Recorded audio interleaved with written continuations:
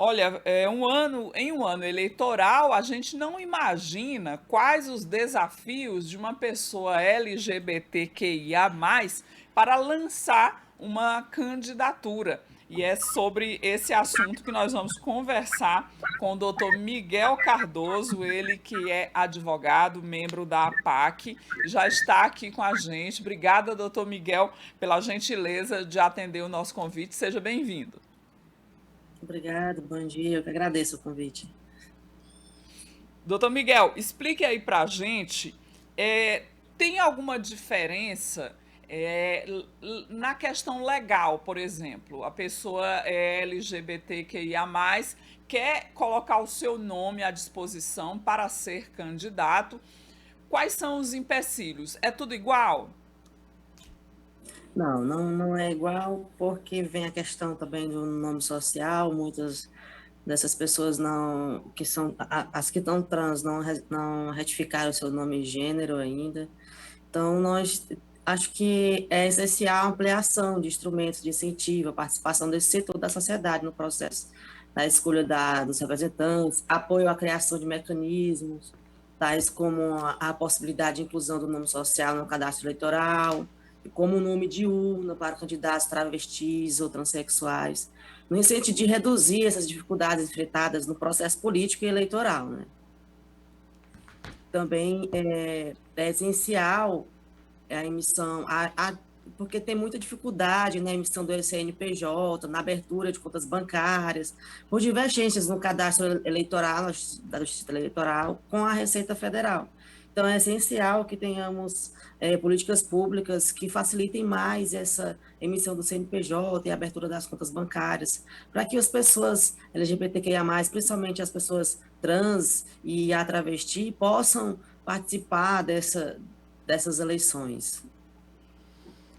Doutor Miguel, já nesse levantamento, nas eleições que a gente está acompanhando a cada 2 anos, há um interesse, uma participação maior do eleitorado e também como candidato LGBTQIA+, no processo eleitoral? A gente tem conseguido avançar com mais candidaturas e com mais nomes eleitos no Brasil e no Piauí? Sim, sim, o número de candidaturas LGBTQIA+, ela aumentou muito em relação aos pleitos eleitorais anteriores, resultando também num aumento importante do ingresso dessa comunidade, dos que foram eleitos. Conforme um estudo realizado pela Aliança Nacional LGBTQIA+, vinculado ao programa Voto com Orgulho, no mesmo sentido com a ANTRA, Associação Nacional de Travestis e Transsexuais, ela apresentou dados em relação às candidaturas de transgêneros registrados a existência de 294 candidatos no Brasil em 2020. Isso representa 226% a mais em relação aos dados obtidos na mesma pesquisa em 2016. Então, ocorreu um aumento significativo na ampliação de pessoas trans eleitas vereadoras, né? Temos aí a Duda Salabert, do PDT, em Belo Horizonte, que ela teve a maior votação da história do município para o cargo disputado, né? Enquanto em Aracaju, por exemplo, a Linda Brasil, do PSOL, ela realizou a maior votação do pleito na circunscrição para o estado do Poder Legislativo Municipal. Então, temos sim um aumento bem considerável de pessoas LGBTQIA+, participando do pleito eleitoral.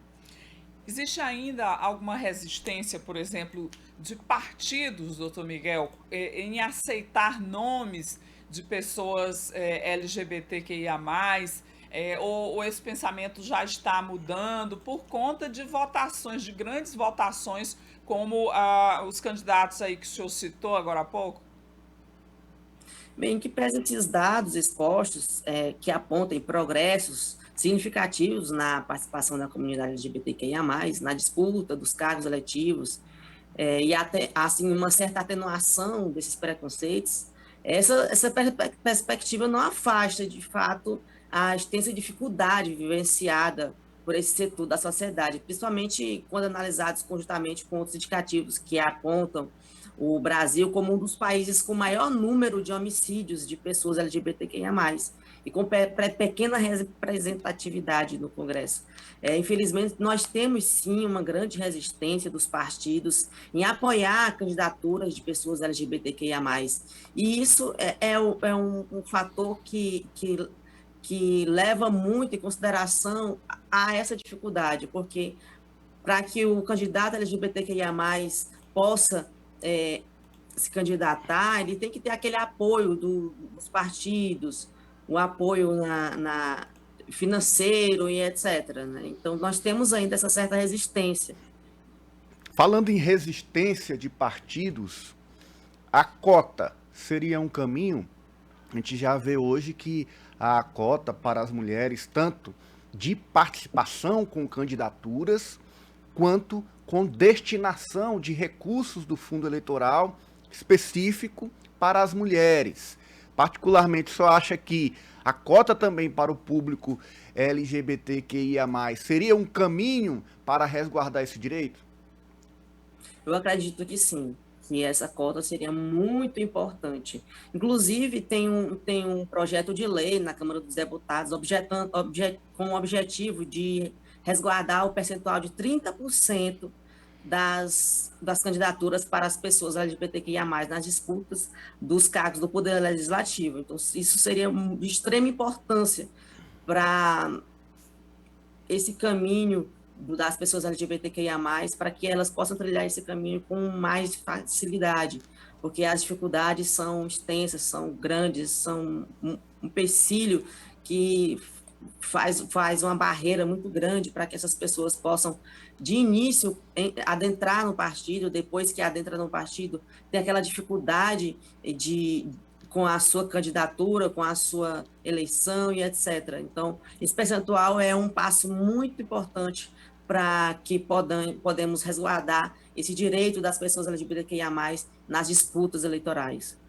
Doutor Miguel, a pessoa LGBTQIA+, quer ser candidata, tem a intenção. Qual a orientação que o senhor dá? Quais são as primeiras providências que ela deve tomar para não ter nenhum empecilho, nem legal, não ter problemas com a legislação e estar com a papelada toda ok para dar entrada na candidatura? Eu acho que, primeiramente, o respeito, tem uma frase que eu gosto muito de utilizar, que é o respeito à balança da justiça, né? Acho que o respeito é os princípios basilares do direito. Para você aí que está pensando em se candidatar, e você que é LGBTQIA+, principalmente se você for uma pessoa trans ou uma mulher travesti, acho que, de início, para amenizar um pouco mais essa dificuldade de se inserir na política do Brasil, de fato, retificar o nome e gênero. Isso já teria já diminuiria bastante a resistência, porque para a pessoa se candidatar, ela tem que abrir o CNPJ, ela tem que abrir uma conta no banco, e se houver essa divergência, como falei anteriormente, essa divergência entre o cadastro eleitoral e a Receita Federal, isso tudo vai se tornando um empecilho, e eles têm prazos, né? Tem prazos específicos para poder fazer todo esse trâmite para poder se candidatar. Então, se perde esse prazo, já não pode mais tá ali no ponto para poder participar da candidatura. Então, é melhor, de certa forma, infelizmente, não temos políticas públicas que